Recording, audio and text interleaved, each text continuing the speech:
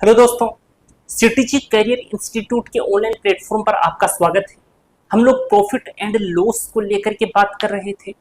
तो profit and loss कल तक अपना कंप्लीट हो जाएगा। हम लोग तकरीबन इस चैप्टर के पड़ाव पर पहुंच चुके हैं, आखिरी पड़ाव पर पहुंच चुके हैं। कल जैसे ही अपना ये चैप्टर खत्म होगा तो उसके बाद में हम डिस्काउंट शुरू करेंगे और डिस्काउंट खत्म होने के बाद में प्रॉफिट एंड लॉस और डिस्काउंट दोनों का कंबाइंड रूप से प्रैक्टिस में आपको करवाऊंगा। जो भी आपके प्रीवियस ईयर्स क्वेश्चन है उनको मैं यहाँ पर सोल्व करवाऊंगा। ठीक है दोस्तों, तो जो अपना अगला टाइप है उसके अंदर कुछ इस प्रकार के क्वेश्चन अपने को देखने को मिलेंगे। बहुत ही सिंपल टाइप का क्वेश्चन है और इसको आप सोल्व करने की कोशिश करो। देखो क्या बोला उसने, किसी वस्तु के एसपी के आधार पर की गई गणना। गणना किसके आधार पर कर रहा है? एसपी के आधार पर गणना कर रहा है।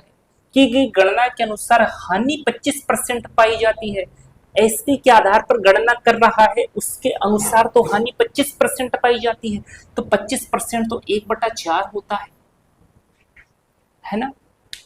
एसपी के आधार पर गणना कर रहा है यानी कि ये क्या है? एसपी है। और जो ऊपर टंगा हुआ है वो क्या है? लॉस है, क्योंकि बात लॉस की कर रहा है ना। वो बोला है ना उसमें, देखो अनुसार हानि, यानी कि ऊपर तो कौन बैठा है? लॉस बैठा है। और एसपी बेस्ड क्वेश्चन है, इसलिए नीचे कौन टंगा हुआ है? नीचे एसपी महोदय बैठे हुए हैं। ठीक बात। अब एक चीज मुझे बताओ, एसपी 4 है, लॉस 1 का है, तो सीपी क्या रहा होगा? भाई सीपी 5 रहा होगा। जब सीपी 5 होगा, एसपी 4 होगा, तभी तो लॉस 1 का होगा।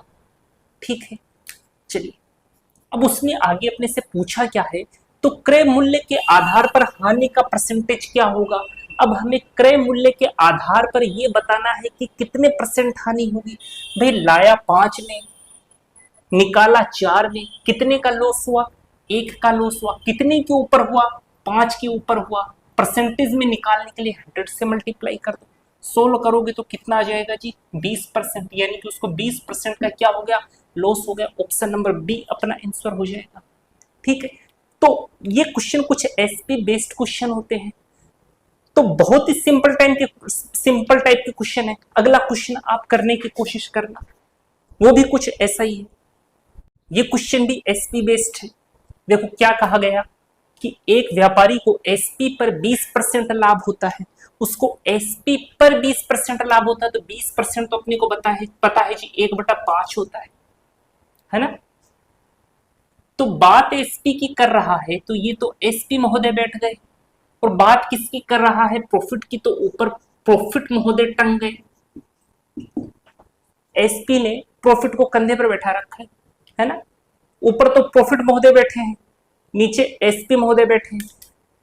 तो बेचा 5 में गया और 1 का प्रॉफिट हुआ, यानी खरीदा कितने में गया होगा? यानी कि खरीदा कितने में गया होगा? 4 में गया होगा। खरीदा 4 में, बेचा 5 में, तभी तो 1 का प्रॉफिट हुआ। और वही 1 यहां पर ऊपर बैठा हुआ है। ठीक है, तो अपने को सीपी मिल गया कितना? 4। एसपी कितना दे रखा है? 5।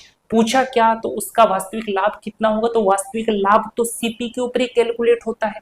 देखो 4 में लाया, 5 में निकाला, कितना कमाया? 1। कितने के ऊपर कमाया? 4 पर। परसेंटेज में निकालना है तो 100 से मल्टीप्लाई कर दिया, डायरेक्ट आ गया 25%। ठीक है, तो उसका वास्तविक लाभ कितना हो गया? 25% हो गया। तो इस टाइप के अंदर कुछ इसी प्रकार के क्वेश्चंस होंगे। इन्हीं क्वेश्चंस को बार बार घुमा फिरा करके आपके सामने बैठाता रहेगा। ठीक है, तो इस प्रकार से इन क्वेश्चंस को हैंडल करते हैं। अगला टाइप डिस्कस करते हैं, वो भी बड़ा सिंपल है। हाँ जी, तो इस टाइप के अंदर इस प्रकार के क्वेश्चन आएंगे। क्वेश्चन क्या है? किसी वस्तु को 400 में बेचने पर हुई हानि 900 रुपए में बेचने से हुए लाभ के दोगुने से 200 रुपए अधिक है, तो वस्तुतः सीपी क्या है? 4 ऑप्शन दे दी। चलो सीपी को लपेट देते हैं। किसी वस्तु को 400 में बेचने पर, वस्तु को कितने में बेचा? 400। हुई हानि, यहां पर मैं मान लेता हूं, इसमें 2 एसपी दे रखे हैं, इसको मैंने मान लिया SP1। एक SP और दे रखा, उसको मैंने SP2 मान लिया, इनके बीच में मैंने CP को बिठा दिया। क्या कहा, 400 में बेचने पर हुई हानि 900 रुपए में बेचने से, ये SP2 900 हो गया।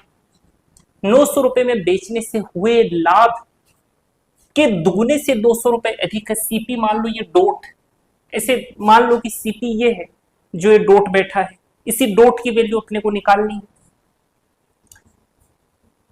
400 में बेचने पर हुई हानि 900 रुपए में बेचने से हुए लाभ के दुगने, यहां पर मान लो कि x का लाभ हुआ।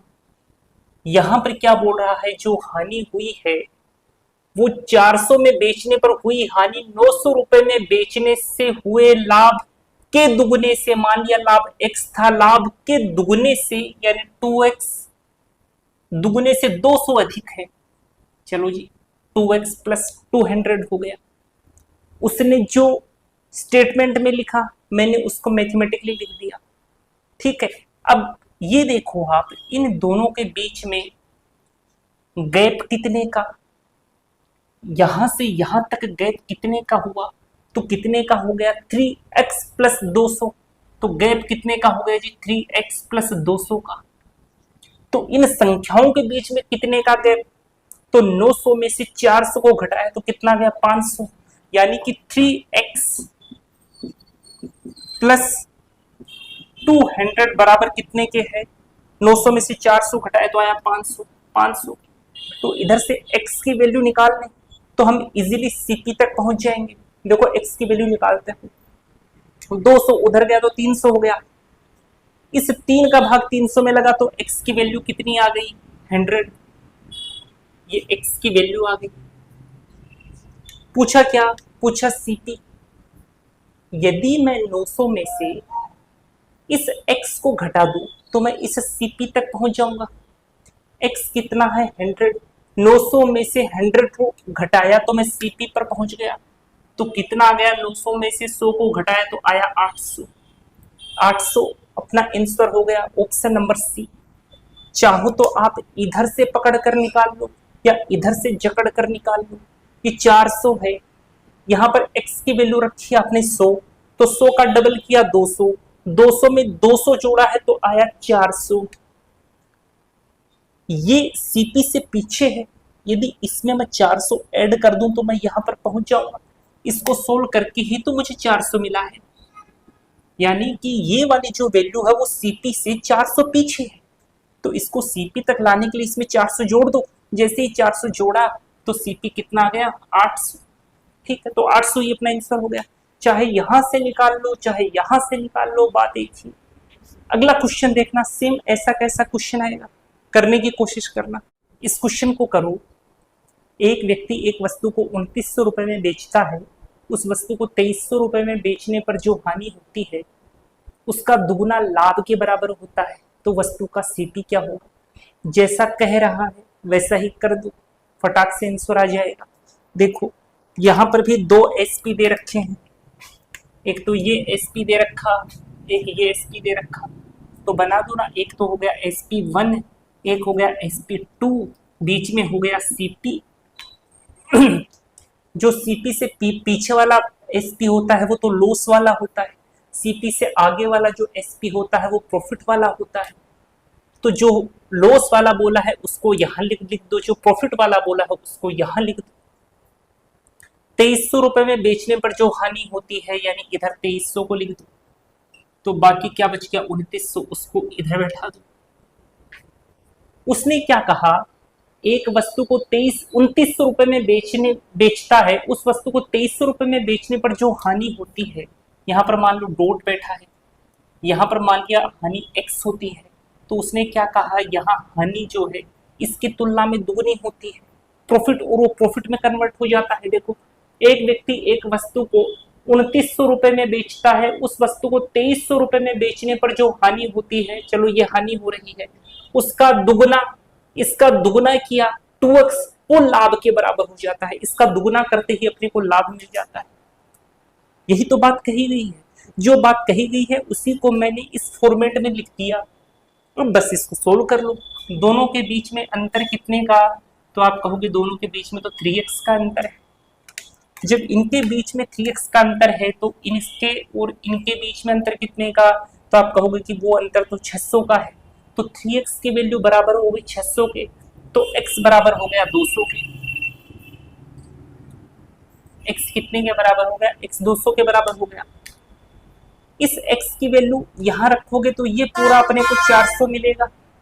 तो 2900 में से चाहे आप 400 को माइनस करके सीपी पर आ जाओ, या फिर यहाँ पर x की वैल्यू 200 है तो आप इसे 2300 के अंदर 200 जोड़ करके सीपी तक पहुंच जाओ, आंसर सेम ही मिलेगा। यहाँ पर मैं रख देता हूँ ये x बराबर 200 है, यानी कि ये जो SP है वो इस CP से 200 पीछे है। तो इसमें यदि मैं 200 जोड़ूंगा तो ये हो जाएगा 2500, और ये वैल्यू किसकी हो जाएगी, CP की। तो अपना CP क्या आ गया जी, 2500। तो आपका आंसर कितना हो गया, 2500। देखो कितना सिंपल था। अगला क्वेश्चन देखना, इस क्वेश्चन को करो। एक वस्तु को 69 रुपए में बेचने से जितना लाभ होता है उससे दुगना लाभ 78 रुपए में बेचने से होता है, उस वस्तु का CP क्या होगा। देखो इस बार दोनों ही लाभ वाले SP हैं, यानी कि CP वहां से पीछे विराजमान है और दोनों लाभ वाले वहां से आगे विराजमान है, यानी जो CP है वो तो इधर रहेगा और SP1 और SP2 ये आगे बैठ जाए। जब लॉस की बात करें तो जो SP है वो CP से पीछे बैठता है। जब प्रॉफिट की बात करें तब SP जो है वो CP से आगे बैठता है। यहाँ पर प्रॉफिट की बात की है तो दोनों SP वहां से CP से आगे शिफ्ट हो गए। उसने क्या कहा, 69 रुपए में बेचने से जितना लाभ होता है, पहले 69 में बेच रहा है, ये डॉट बैठा दिया, जितना लाभ होता है मान लिया x लाभ होता है, उससे दुगना लाभ 78 रुपए में बेचने से होता है। तो इससे दुगना लाभ यहाँ पर होगा जब उसने 78 रुपए में बेचा। यहाँ पर x प्रॉफिट हुआ तो यहाँ 2x प्रॉफिट होगा। ये पूरी डिस्टेंस 2x है, ये डिस्टेंस x है, यानी ये डिस्टेंस कितनी रही होगी, x रही होगी। दोनों के बीच में अंतर कितने का, तो आपने कहा x का अंतर। यहाँ पर x का अंतर, तो नंबरों के बीच में कितने का अंतर है, x बराबर नंबरों के बीच में 9 का अंतर है, तो x की वैल्यू 9 आ गई। ठीक है, अपने को क्या निकालना है, अपने को CP निकालना है। तो यहां तक आने के लिए आप इस 69 में से चाहे x की वैल्यू घटा दो, या फिर इस 78 में से 2x की वैल्यू घटा दोगे तो भी आप CP तक पहुंच जाओगे।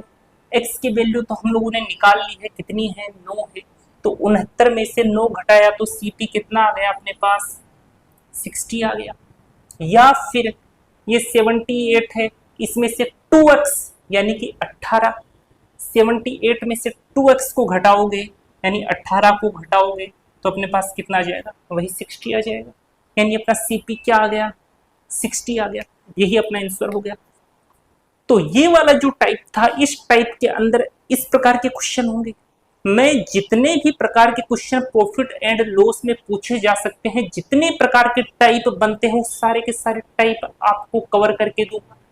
इसके अलावा देखना, आप जब प्रैक्टिस सेट करोगे तो एक भी टाइप इससे अलग नहीं मिलेगा। सारे के सारे क्वेश्चन इन्हीं को घुमा फिरा कर पूछेगा और ऐसे ही क्वेश्चन देखना आपको एग्जाम में देखने को मिलेंगे। ठीक है, तो आप इन क्लासेस को बहुत ही समर्पित भाव से लिया करो और इनको टाइम टू टाइम रिवाइज किया करो। जैसे एक दिन परसेंटेज को लेकर बैठ गए तो परसेंटेज को एक दिन में रिवाइज कर दिया करो, उसके क्वेश्चन सोल्व कर लिया करो। क्वेश्चन सोल्व करने में हो सकता है एक दिन में क्वेश्चन सोल्व ना हो पाए तो 2 दिन रख लिया करो, मैक्सिमम 3 दिन रख लिया करो। 3 दिन सुबह से शाम तक लगातार प्रैक्टिस करते रहा करो, लगातार प्रीवियस ईयर क्वेश्चन सोल्व करते रहा करो। जो भी एग्जाम दोगे उसमें प्रीवियस ईयर क्वेश्चन से पूछे जाते हैं। कुछ क्वेश्चन से होते हैं जो नए बनते हैं, वो अच्छे एग्जाम्स में पूछे जाते हैं, और जो नए बनेंगे क्वेश्चन वो भी इन्हीं कॉन्सेप्ट के होंगे। तब आपको कोई दिक्कत वाली बात नहीं है। आपको तो क्या करना है, टाइम टू टाइम रिवाइज करना है। अब हम अगला टाइप डिस्कस करते हैं। अगला टाइप जो है वो एग्जाम के दृष्टिकोण से काफी ज्यादा इंपॉर्टेंट है। आपको हर एग्जाम में उस प्रकार का क्वेश्चन तो देखने को मिल ही जाएगा। चलो अगला टाइप देखो क्या है। इस टाइप में कुछ इस प्रकार से क्वेश्चन पूछे जाएंगे। ये क्वेश्चन आपने देखे भी होंगे। एक व्यक्ति 4 रुपए के 5 पेन खरीदता है और 5 रुपए के 4 पेन बेचता है, तो प्रॉफिट एंड लॉस परसेंटेज क्या होगा। ये काफी जगह आपने देखा होगा। तो इसके करने के 2 तरीके हैं। जो पहला तरीका है वो काफी ज्यादा मार्केट में फेमस है, लेकिन मैं आपको एक खास बात बता दूं, वो तरीका कोई ज्यादा काम का नहीं है। क्योंकि जैसे ही क्वेश्चन का लेवल हाई होगा वो तरीका आपको धोखा दे देगा। तो मैं आपको तरीके तो दोनों बताऊंगा, जैसे इस प्रकार के सिंपल क्वेश्चन के अंदर वो तरीका बेस्ट है, कोई दिक्कत ही नहीं है। लेकिन जैसे जैसे क्वेश्चन का लेवल बढ़ेगा वो तरीका आपको डुबो देगा। तो इस प्रकार के क्वेश्चन को हैंडल करने के लिए तो मैं तरीका आपको बता देता हूँ, और आगे के जब हाई क्वेश्चन आएंगे वहां पर मैं ये तरीका यूज ही नहीं करूंगा, क्योंकि वहां पर इस तरीके का कोई मतलब ही नहीं है। तो देखो, पहले वो तरीका बता देता हूं जो मार्केट में बड़ा ही फेमस है, सब लोग बताते हैं। अगर मैं इसको ना बताऊं तो आपके अंदर हीन भावना आ जाएगी कि हमारे को तो सर ने बताया ही नहीं, जबकि और लोगों को तो पता है। तो जितने तरीके हैं वो मैं सारे आपको बताऊंगा, ताकि आप दूसरे स्टूडेंट्स को देखो तो आपको ऐसा फील ना हो कि यार ये मुझे नहीं आता। आपको सब आएगा, बस आपको बहुत ही अच्छे तरीके से क्लासेस करनी है। देखो, तरीका पहला क्या कहता है, एक व्यक्ति 4 रुपए के 5 पेन खरीदता है, 4 रुपए के 5 खरीदता है। पहले मैं आपको लिखकर बताऊंगा, फिर मैं आपको इसी तरीके से वर्बली निपटाना भी बता दूंगा कि वर्बली देखते ही क्वेश्चन को कैसे जवाब देना है। हाँ, जो सेकंड वाला तरीका है उसको वर्बली करने में थोड़ा सा आपको जोर आएगा, लेकिन जो सेकंड तरीका है वो हर क्वेश्चन के अंदर अप्लाई होगा, चाहे कितना भी हाई लेवल का क्वेश्चन पूछ ले। तो 4 रुपए के 5 पेन खरीदता है, 4 के 5 पेन खरीदता है, और 5 रुपए के 4 पेन बेच देता है। 5 रुपए के 4 पेन बेच देता है, बेचता है। कम लिखना पड़े तो थोड़ा ऐसे लिखकर काम चला लेते हैं। देखो, अब एक मंत्र ध्यान में रखना, वो मंत्र मैं यहां लिख देता हूं कि तीर चलाओ। किसके तीर चलाओ? तीर चलाओ, लेकिन क्वांटिटी की तरफ से चलाओ, क्वांटिटी की तरफ से चलाओ। ये मंत्र है। मंत्र तो पढ़ लिया, मंत्र को याद भी कर लिया, लेकिन यहां पर अप्लाई करना भी तो सिखा दूं। तीर चलाओ लेकिन क्वांटिटी की तरफ से चलाओ। भाई, ये तो रुपीज की बात हो रही है, 5 खरीदता है, यही तो क्वांटिटी है। ऐसे ही इस स्टेटमेंट में देखो, 5 रुपए की 4 पेन बेचता है, ये तो रुपए की बात हो रही है, यही तो क्वांटिटी है। तो तीर किधर से चलाने हैं? क्वांटिटी की तरफ से चलाने हैं, यानी इधर से इसकी तरफ तीर चलाने हैं और इधर से इसकी तरफ तीर चलाने हैं। तो चला दो तीर। तीर चलाया ऐसे, इसमें तीर चलाया ऐसे। तो जिस चीज का तीर चलाया, जिस नंबर का तीर चलाया, उसको इससे मल्टीप्लाई कर दो, और जिस नंबर ने इधर से तीर चलाया उस नंबर को इससे मल्टीप्लाई कर दो। तो कर देते हैं मल्टीप्लाई। तो मल्टीप्लाई करने के बाद ये क्या होगा, 4 इससे मल्टीप्लाई होगा, तो 16 रुपए के 20 खरीदे। यही तो बात हुई। ये 4 आया, 4 से मल्टीप्लाई हुआ, ये 4 इस 5 से मल्टीप्लाई हुआ। अब ये जो 5 है इस 5 से होगा, फिर ये 5 इस 4 से होगा। तो 25 रुपए के 20 बेचे। ठीक है, वर्बली बताऊंगा, देखो वर्बली खटाक से निकालोगे आप। इसी को बस फटाफट फटाफट वर्बली कर देंगे बिना लिखे। 16 रुपए के 20 खरीदे, 25 रुपए के 20 बेचे। अरे, अपने को इस क्वांटिटी से अब मतलब ही क्या है? अपने को तो पैसों से मतलब है ना, क्वांटिटी से क्या लेना देना। तो इसको मारो गोली, भगाओ इसको। 16 रुपए में लाया, 25 में बेचा, तो कितना कमाया? तो 9 कमाया। कितने के ऊपर कमाया? 16 के ऊपर कमाया, क्योंकि सीपी तो यही है ना। तो इस 16 को नीचे बिठा दो। निकालना क्या है? परसेंटेज। तो 100 से मल्टीप्लाई कर दो। देखो, 16 में लाया, 25 में बेचा, यानी क्या हुआ है? प्रॉफिट हुआ है। ठीक है, बस इसको सोल्व कर देना है। सोल्व कर देते हैं, 900/16। या फिर एक काम करो, इसको थोड़ा काट देता हूं ताकि थोड़ा सा सिंपल हो जाए। 4 चौक 16, 25 चौके 100, 25 नवैया 225/4। इसको सोल्व करते हैं। 4 पंजे 20 तो होता है, बच गया 2, 6 चौक 24 होता है, 26 56 सही 1/4%। ये अपना आंसर हो जाएगा। ठीक है, 56.25%। यही तो मतलब हुआ, 56.25% का क्या हो जाएगा, प्रॉफिट हो जाएगा। तो ये तो है तीर चलाओ लेकिन क्वांटिटी की तरफ से चलाओ। ये तरीका सिंपल क्वेश्चन में तो काम करेगा, लेकिन जहां पर क्वेश्चन का लेवल हाई होगा ये तरीका आपको धोखा दे देगा कि अब आप जानो और आपका काम जाने। तो वहां पर अपने को एक ऐसा तरीका चाहिए जो हर जगह काम करे। तो मैं आपको अब वो तरीका बताऊंगा जो हर जगह काम करेगा, चाहे कैसा भी क्वेश्चन आ जाए, सभी क्वेश्चन को लेटा देगा, सभी क्वेश्चन का कल्याण कर देगा। ये वाला तरीका देखो, तरीके सारे सीखने हैं, वो वाला तरीका भी सीखना। देखो उसको वर्बली अप्लाई करेंगे, करके देखें क्या। देखो 4 रुपए के 5 पेन खरीदे और 5 रुपए के 4 पेन बेचे, तो वो क्वांटिटी है 4, उस 4 को इधर से मल्टीप्लाई किया तो कितना आ गया 16। ये सीपी है ना। फिर इस 5 को उधर मल्टीप्लाई किया तो कितना आ गया 25। ये एसपी है। अरे क्वांटिटी से अपने को क्या मतलब है, अपने को तो पैसों से मतलब है। 16 में लाया, 25 में उड़ाया, कितना कमाया 9 कमाया।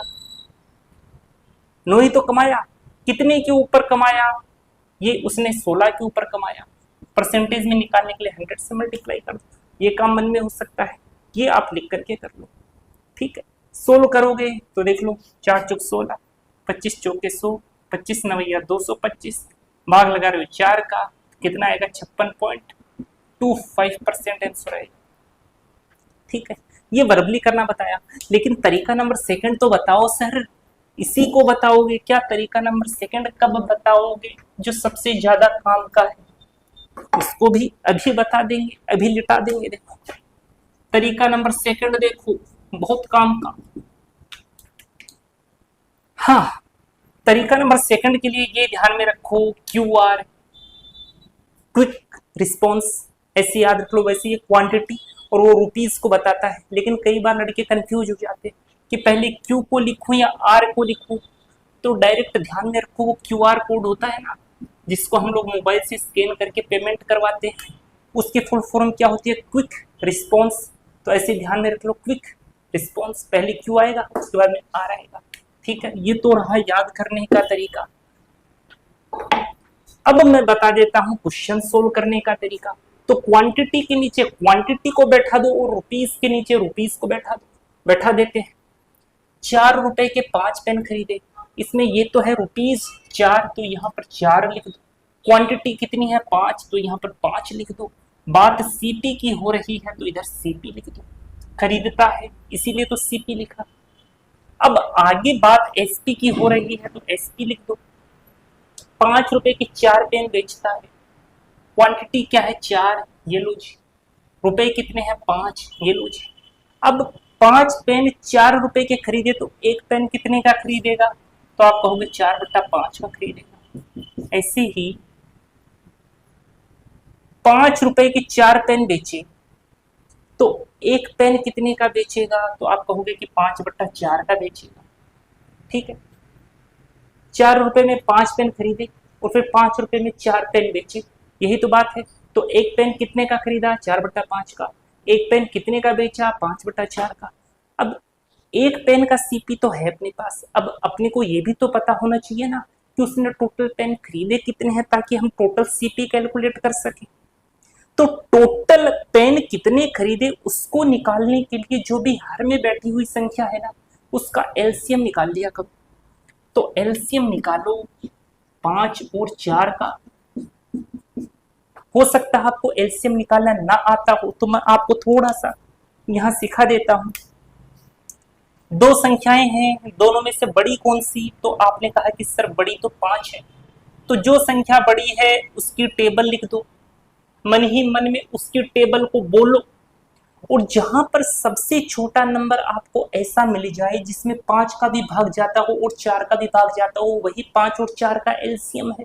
तो बोलो 5 की टेबल, 5 एकम 5, 5 दूनी 10, 10 के अंदर 5 का भाग तो जाता लेकिन 4 का नहीं जाता, 4 का भी तो जाना चाहिए 5 के साथ साथ।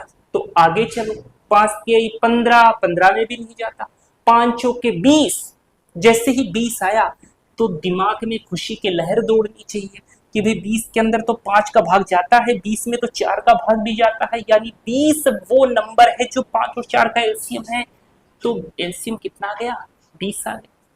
ऐसे एलसीएम कैलकुलेट करते हैं। वैसे मैं जब एलसीएम का चैप्टर पढ़ाऊंगा तो वहां पर मैं आपको बहुत डिटेल में बताऊंगा और एलसीएम निकालने के बहुत बहुत तरीके बताऊंगा। तकरीबन 5 या 6 तरीके एलसीएम निकालने के बता दूंगा, ठीक है। प्राइम नंबर से भी निकाल सकते हो, लेकिन ये सिंपल था, मैंने बता दिया। हाँ, तो यहां पर एलसीएम कितना है? 20, यानी कि उसने कितनी वस्तुएं खरीदी? 20। एक वस्तु का मूल्य कितना? 4/5। तो 20 वस्तु का मूल्य निकालना है तो इसको 20 से मल्टीप्लाई कर दो। 5 चौके 20, 4 चौक 16, यानी कि उसने पेन को खरीदने में 16 रुपए खर्च किए, तो उसका सीपी कितना आ गया? 16 आ गया। इस क्वेश्चन को मैं ढंग से बताऊंगा, आगे वाले क्वेश्चन को मैं थोड़ा फास्ट बताऊंगा। अब देखो, 20 खरीदा है तो 20 बेचेगा भी, तो 20 लाया तो 20 निकालेगा, तभी तो प्रॉफिट और लॉस का पता लगेगा। तो 20 लाया है तो 20 को बेचेगा। एक पेन को 5/4 का बेचा तो 20 पेन को कितने का बेचेगा? कैलकुलेट कर दो। 4 पंजे 20, 5 25, 25 रुपए का। वही बात तो आ गई जो पिछले क्वेश्चन में आई थी कि खरीदा 16 का, बेचा 25 का, कमाया कितना? तो आप कह दोगे कि सर ये तो 9 रुपए कमा रहा है। 9 रुपए कमा रहा है, कितने के ऊपर कमा रहा है? 16 के ऊपर कमा रहा है। तो 9 को तो ऊपर बिठाओ, 16 को नीचे टिकाओ, 100 से मल्टीप्लाई कर दो, 4 से काट दो, 4 चौक 16, 25 चौके 100, 25 नवैया 225/4%। इसको 16 करोगे तो आएगा 56.25%, जैसा पिछले क्वेश्चन में था, ठीक है। उम्मीद करता हूं दोनों तरीके आपके समझ में आए होंगे। जहां पर इस तरीके का सिंपल क्वेश्चन आएगा तो अपना मंत्र बोल लेना, आपको आंसर वर्बली मिल जाएगा। अदरवाइज ये मेथड सेकंड तो अपने को ध्यान में हर केस में रखना है। ये हर टाइप के क्वेश्चन को खत्म कर देगा, खल्लास कर देगा, आपको आंसर दे देगा, ठीक है। तो अगला क्वेश्चन देखते हैं, उसको आप ट्राई करना और दोनों तरीकों से ट्राई करना। सेम वैसे ही क्वेश्चन है दोस्तों, दोनों तरीकों से करो। और पहले तरीके से तो वर्बली करो। देखो वर्बली करते हैं, तीर चलाना है लेकिन किसकी तरफ से? क्वांटिटी की तरफ से। तो 5 का मल्टीप्लाई इधर करोगे तो कितना आ जाएगा? 25। 25 को मन में रख लो, चलो 25 को मन में रख लो। 7 खरीदे तो 7 का मल्टीप्लाई उधर करोगे तो इधर आ गया 49। खरीदा कितने का? 25 का। बेच कितने का रहा है? 49 का। यानी कि प्रॉफिट हो रहा है। ये तो बात हो गई कि प्रॉफिट हो रहा है। कितने का प्रॉफिट हो रहा है जी? प्रॉफिट तो 24 का हो रहा है। कितने के ऊपर हो रहा है? तो आप कहोगे कि 25 के ऊपर हो रहा है। तो 24/25 इंटू 100 करोगे कि नहीं करोगे? फिर 25 से 100 को काटोगे तो 4 पर कटेगा। फिर 24 को 4 से मल्टीप्लाई करोगे तो कितना आएगा? 24 से कम 24, 24 दूनी 48, 24 या 72, 24 चौक 96। यानी कि उसको कितने परसेंट का प्रॉफिट हो जाएगा? 96% का प्रॉफिट हो जाएगा। वर्बली हो गया। ये तीर वाले तरीके का फायदा है, लेकिन इस प्रकार के क्वेश्चन एग्जाम में हो सकता आ भी जाए, इतने सिंपल ना भी आए, तो तरीका नंबर सेकंड तो आना चाहिए। तो तरीका नंबर फर्स्ट तो हो गया, वर्बली निपटा दिया। कितना आया था? 96% आया था, ठीक है। तरीका नंबर सेकंड देखो, अब थोड़ा सा मैं इसको फास्ट करूंगा। इधर लिखा Q, इधर लिखा R, ये है CP, ये है SP। रुपीज के नीचे रुपीज बैठाया, 5 क्वांटिटी के नीचे 7 को बैठाया। उधर कितना है? क्वांटिटी के नीचे देखो 7 को बैठाया। यहाँ पर रुपए के नीचे 7 को बैठाया, क्वांटिटी के नीचे 5 को बैठाया। ये हो गया 5/7, ये हो गया 7/5। दोनों का एलसीएम निकाला, 7 और 5 का, तो 35 आया। यानी कि 35 वस्तुएं लाया। 35 को इधर मल्टीप्लाई करो, 35 को इधर मल्टीप्लाई करो, 7 पंजे 35 तो ये आया 25, 5 सत्ते 35 तो ये आया 49। यानी कि 25 का लाया, 49 का बेचा, कितना कमाया? 24 कमाया। कितने के ऊपर? 25 के ऊपर इंटू 100, 25 चौके 100, 24 चौक 96। ये लो जी, 96% का क्या हो गया? प्रॉफिट हो गया। ये तरीका नंबर सेकंड में आंसर दे दिया। चलो थोड़ा सा क्वेश्चन और उठाते हैं। अगला क्वेश्चन करना, तीर चलाओ लेकिन क्वांटिटी की तरफ से चलाओ। वो तरीका तो अपना फेल हो गया। तो अब तरीका नंबर सेकंड काम करेगा। इसीलिए मैंने आपसे कहा था तरीका नंबर फर्स्ट जो होता है छोटे और सिंपल क्वेश्चन के लिए होता है। जैसे ही क्वेश्चन का लेवल थोड़ा सा उठा, तीर चलाने वाला केवल तीर ही चलाएगा, बैठा रहेगा, इधर उधर नजर घुमाएगा। ठीक है ना। अब इस क्वेश्चन को देखो, तरीका नंबर सेकंड यूज करते हैं। क्यूआर क्वांटिटी और रुपीस याद रखने के लिए क्विक रिस्पॉन्स ध्यान में रख लेना। इधर सीपी की बात कर रहा है, क्या बोल रहा है, कुछ टॉफियां रुपए 10 में 11 के भाव से तथा उतनी ही टॉफियां रुपए 10 में 9 और खरीदी गई। तो क्वांटिटी के नीचे क्वांटिटी को बैठाओ, बैठा दिया जी 11। रुपए के नीचे रुपए को बैठाओ, बैठा दिया 10। फिर उसने सीपी की बात की, चलो सीपी वापस लिख लेते हैं। रुपए 10 में 9 और खरीदी। कितने रुपए में खरीदी? 10 रुपए में 9 टॉफियां और खरीदी। ठीक है। यदि कुल टॉफियों को 1 रुपए प्रति टॉफी के भाव से बेचा, अब बेचने की बात कर रहा है तो एसपी महोदय आ जाएंगे। 1 रुपए प्रति टॉफी यानी कि एक टॉफी को 1 रुपए का बेचा, यानी कि क्वांटिटी भी 1 और रुपए भी 1। ठीक है। अब एक टॉफी को कितने का खरीदा? तो आपने कहा 10/11 का। एक टॉफी को वापस कितने का खरीदा? तो आपने कहा 10/9 का। और एक टॉफी को कितने का बेचा? तो 1/1 का। इतने का ही तो बेचा। फिर मैंने आपको क्या कहा था, टोटल उसने कितनी टॉफियां खरीदी, ये कैलकुलेट करने के लिए आप इस 11 का, इस 9 का, इस 1 का एलसीएम ले लो। चलो जी एलसीएम ले लेते। वैसे अब वर्बली काम करो, अब लिखेंगे थोड़ी एलसीएम। 11 और 9, इस 1 का तो कोई मतलब ही नहीं है। 11 और 9 का एलसीएम कितना होता है? 99 होता है। यानी कि उसने 99 टॉफियां खरीदी। यहाँ पर 99 खरीदी, यहाँ पर 99 खरीदी, दोनों बार सेम टॉफी खरीदी है। उसने बोला तो खरीदी है ना दोनों बार 99। हाँ चलो थोड़ा सा सोल्व कर दे। 11 नवैया 99, तो ये आ गया अपने पास 90 रुपीज। यहां पर 9 से इसको काटा 11 पर, कितना आ गया? 110 रुपीज। अब एक चीज देखो, यहां पर 99 खरीदा, यहां पर 99 और खरीदा, तो 99 प्लस 99 कितना हो गया? 198। तो बेचेगा कितनी? 198 बेचेगा। जितनी लाया उतनी बेचेगा, तभी तो अपने को पता लगेगा कि कितना प्रॉफिट हुआ और कितना लॉस हुआ। तो बेच कितनी रहा है? 198। तो इसको मल्टीप्लाई कर दो 198 से। ठीक है। इसको सोल्व किया तो आया कितना? 198 रुपीज। यानी कि लाते टाइम कितना रुपया जेब से लगाया? तो आप कहोगे कि सर उसने तो 200 रुपया जेब से लगा दिया। 200 रुपीज। कितना रुपए कमाया? तो कमाया तो 198। 200 में लाया, 198 कमाए। कितना कम कमाया? दो कम कमाया। कितने के ऊपर?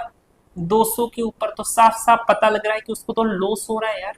2 रुपए का घाटा खा करके सामान बेच रहा है, घर कैसे चलाएगा? 2/200 हो गया। परसेंटेज में निकालना है तो 100 से मल्टीप्लाई कर दो। चलो जी, ये 100, चलो ये कट गया, तो लॉस कितने का आ गया रे? 1% का लॉस आ गया। तो लॉस कितने का हो गया? 1% का लॉस हो गया। देख लो, फटाक से आंसर मिल गया, ज्यादा टाइम भी नहीं लगा। ये तो मैंने आपको समझा कर बताया। अगर आप एग्जाम में करोगे तो आपको टाइम नहीं लगेगा, बस आपकी प्रैक्टिस अच्छी होनी चाहिए। ठीक है। तो लॉस कितने का हो गया? 1% का हो गया। चलो एक क्वेश्चन और कर लेते। इस क्वेश्चन को करो, डरो मत, डरो मत, कॉन्सेप्ट पर कायम रहो बस। एग्जामिनर भी आपको डराएगा, मैं भी आपको डरा रहा हूं। मैं डराऊंगा तो ये तो फायदे का सौदा है, क्योंकि यहां से डर आपका निकल जाएगा। फिर एग्जाम में आप डरोगे नहीं। तीर चलाओ लेकिन क्वांटिटी की तरफ से दूर दूर तक ही नहीं लगेगा। तरीका नंबर सेकंड काम करेगा। इसीलिए मैंने आपसे कहा था कि तरीका नंबर सेकंड आप जरूर सीख लो, खुद से एक बार ट्राई जरूर करो, फिर सॉल्यूशन देखो। उम्मीद है ट्राई किया होगा। चलो कर देते हैं solve. Quick response, QR, quantity और रुपीज। बात सीपी की तो सीपी, क्वेश्चन बोल देता हूं एक बार। एक दुकानदार 2 रुपए में 5 की दर से कुछ आर्टिकल खरीदता है और 3 रुपए में 7 की दर से कुछ आर्टिकल और खरीदता है और वह उन्हें 3:2 के अनुपात में मिलाता है और फिर 6 रुपए में 5 की दर से बेचता है। पूरे लेन देन के दौरान वह 276 रुपए का लाभ कमाता है। खरीदे जाने वाले आर्टिकल की संख्या क्या है? बस देखने में बड़ा है, कॉन्सेप्ट पर कायम रहो। आंसर देखो कैसे अपने आप ही आ जाएगा। चलो क्या बोला, 2 रुपए में 5 की दर से खरीदता है 5 और ये 2 और ये 5 लिखने का विशेष ध्यान रखना। कहीं क्वांटिटी के नीचे रुपीज मत लिख बैठना, नहीं तो आंसर भी कुछ अलग ही आ जाएगा। 2 को इधर बैठाया, 5 को इधर बैठाया, दर से कुछ आर्टिकल खरीदता है और 3 रुपए में 7 की दर से कुछ आर्टिकल और खरीदता है। खरीदने की बात की तो वापस सीपी आया। 3 रुपए तो इधर बैठ गए और 7 इधर आ गया। 7 की दर से कुछ आर्टिकल और खरीदता है और वह उन्हें 3:2 के अनुपात में मिलाता है और फिर 6 रुपए में 5 की दर से बेच देता है। बेचने की बात है तो एसपी महोदय आ गए। रुपए के नीचे रुपए को बैठाया, क्वांटिटी के नीचे क्वांटिटी को बैठा दिया। चलो तो 1 को कितने का खरीदा? 2/5 का। यहां पर वापस 1 को कितने का खरीदा? 3/7 का। अच्छा, 1 को कितने का बेचा? तो आप कहोगे 6/5 का। ठीक है, 5, 7 और 5 का एलसीएम लोगे तो अपने पास वो क्वांटिटी आ जाएगी कि उसने वो चीज कितनी अमाउंट के अंदर खरीदी। तो 7 और 5 का एलसीएम तो 35 होता है, तो कर दो 35 से मल्टीप्लाई इसको और इसको। अभी इसको मत कर देना मल्टीप्लाई, क्योंकि उसे 3:2 के अनुपात में मिलाना भी तो है। तो इसको 3 से मल्टीप्लाई कर दो, इसको 2 से मल्टीप्लाई कर दो, तभी तो 3:2 के अनुपात में मिलेगा। ठीक है, अब यहां से एक चीज देखो, यहां पर वही चीज तो लिखते हैं जितनी चीज खरीदी जाती है। तो 35 को 3 से मल्टीप्लाई करूंगा तो 3 त्रिका 9, 90, 90 और 15 105। तो ये आ गया अपने पास 105। यानी कि यहां से उसने 105 वस्तुएं खरीदी, यहां से भी तो कुछ खरीदी है। ये कितनी खरीदी है? तो 35 तो नहीं तो 70 होता है। 70 यहां से खरीदी। ठीक है, यहां से 105 खरीदी, यहां से 70 खरीदी, तो टोटल कितनी खरीद ली उसने? 175 खरीद ली। तो जितनी खरीदी उतना ही बेचेगा, तभी तो पता लगेगा कि कितना प्रॉफिट हुआ और कितना लॉस हुआ। तो 175 बेचेगा। ठीक है, अब काट पीट कर लेते हैं। 5 से काटा, 5 7 35, 7 त्रिक 14 30 21 21 दूने 42। ठीक है, 7 पंजे 35, 5 दूनी 10, दूरी आ गया 30। इसको काट लेते हैं जी। 5 तिहाई 15, बच गया 2 पचम 25।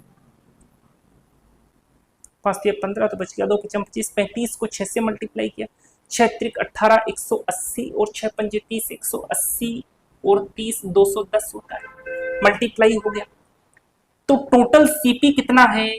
2 4 और 3 7 72 और टोटल एसपी कितना है? 210।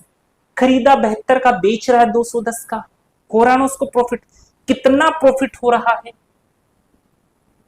कितने का प्रॉफिट हो रहा है? देखो 10 में से 2 गया तो आया 8, ये हो गया 20, 20 में से 7 गया तो कितना आया जी? 13।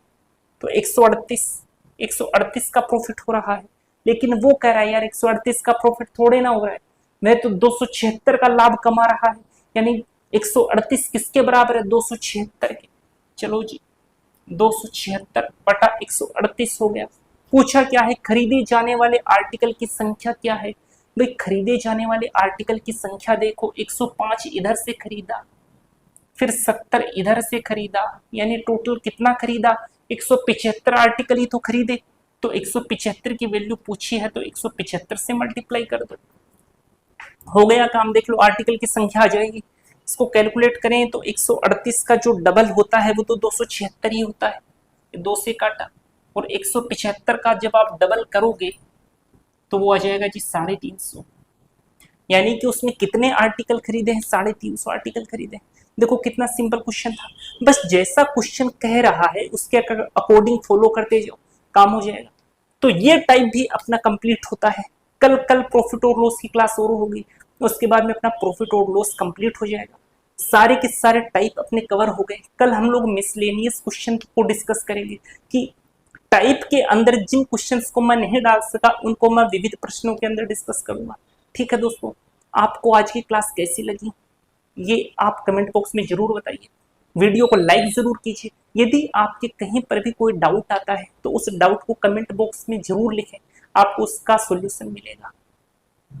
अगर आप चैनल के ऊपर नए हैं तो चैनल को सब्सक्राइब जरूर करें। मिलते हैं कल की क्लास में, तब तक के लिए धन्यवाद।